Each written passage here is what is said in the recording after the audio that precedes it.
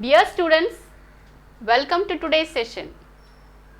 Today's class we will be learning about a very interesting topic, company accounts. Before going to the sums, we will learn the concept of company, form of organization.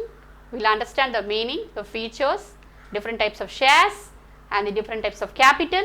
Then we will go for the sums. Always it is good to understand the concepts well before you go to the sums. What is a company form of organization?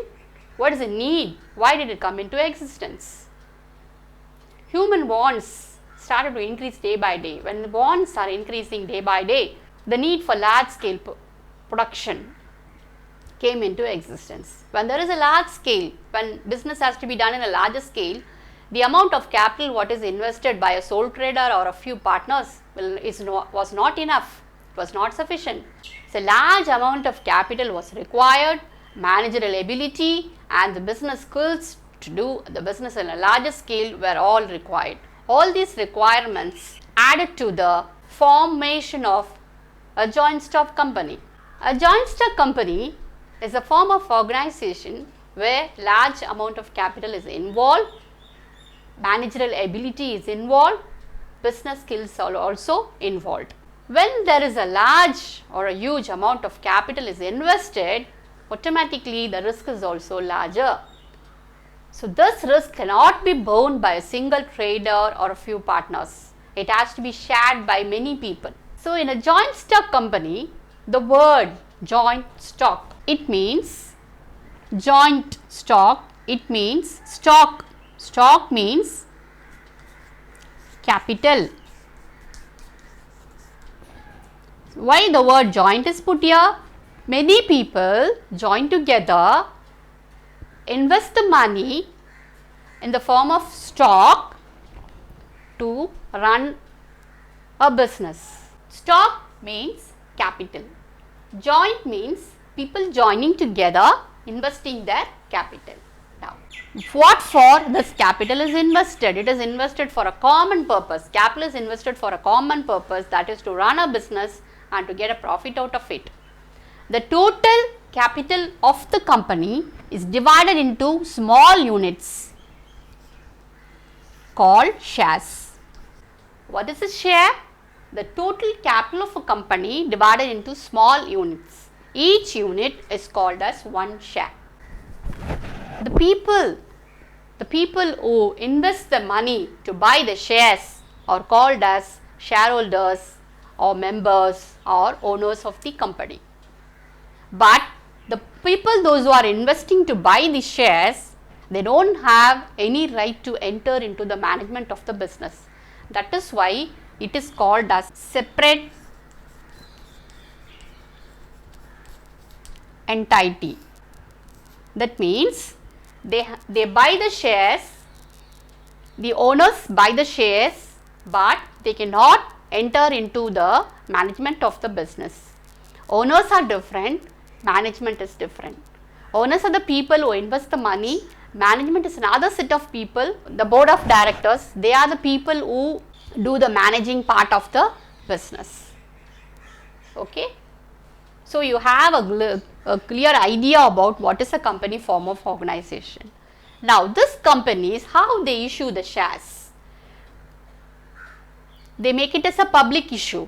Public issue means they give an advertisement in the newspapers, in the leading newspapers. People, those who are interested to, after going through the advertisement, they invest the money, they buy the shares. Once they buy the shares, they become the shareholder.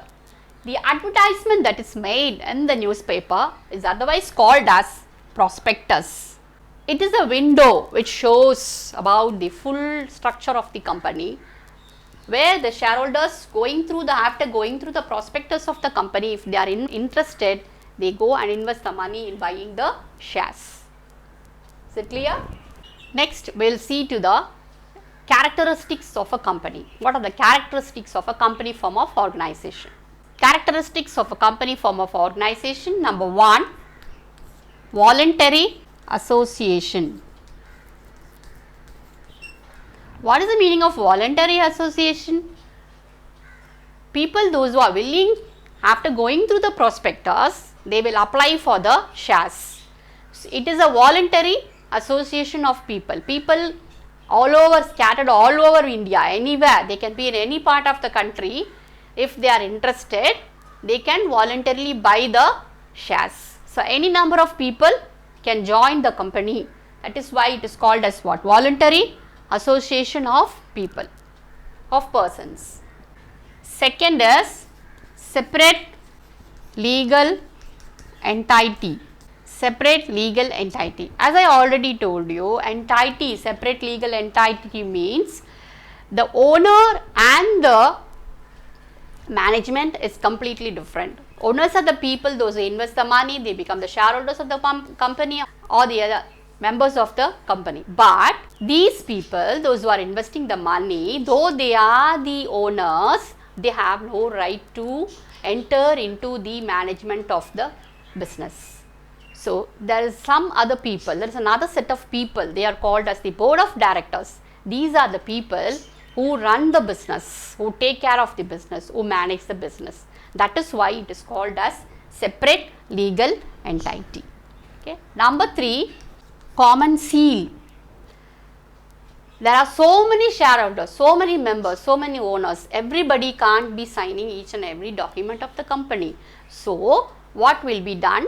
A common seal. If the common seal is put on any document, it is understood that all the shareholders have signed the documents. The company has a common seal.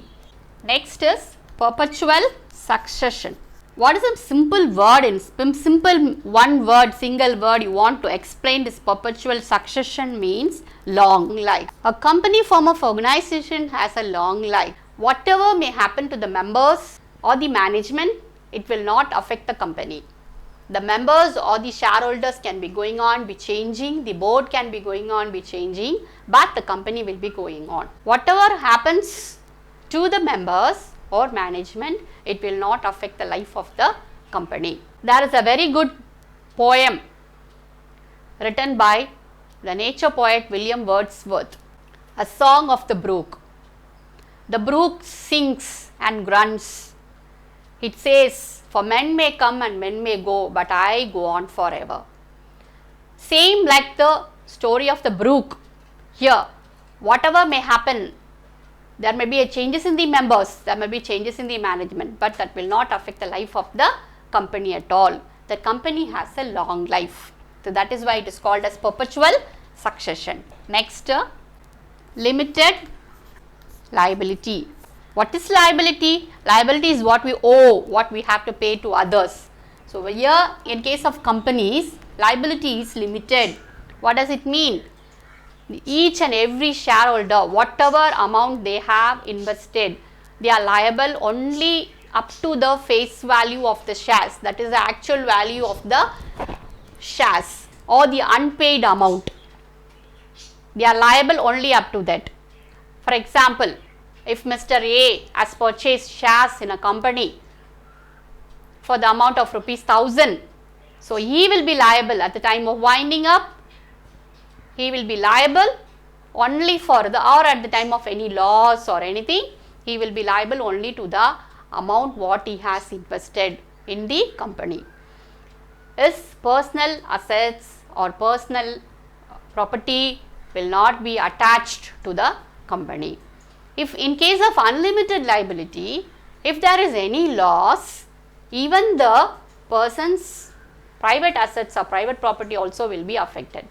But in case of limited liability, the shareholder or the owner's liability is only up to the face value of shares or the actual amount of money what he has invested in the business. That is why it is called as limited liability.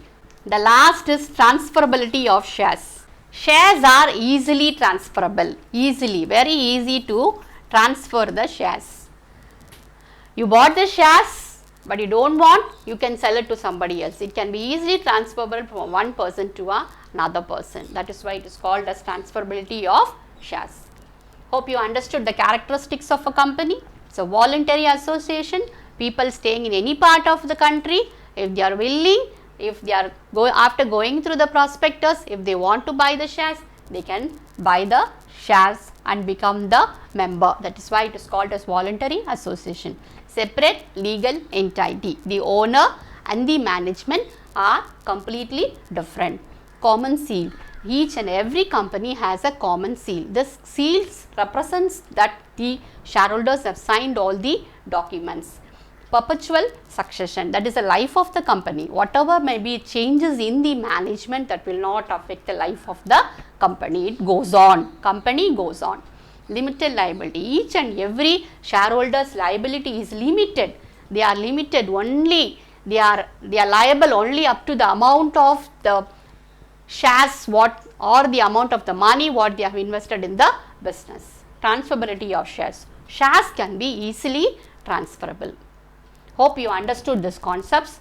Next we will see some more theory in the next session. Then we will move on to the sums. Thank you.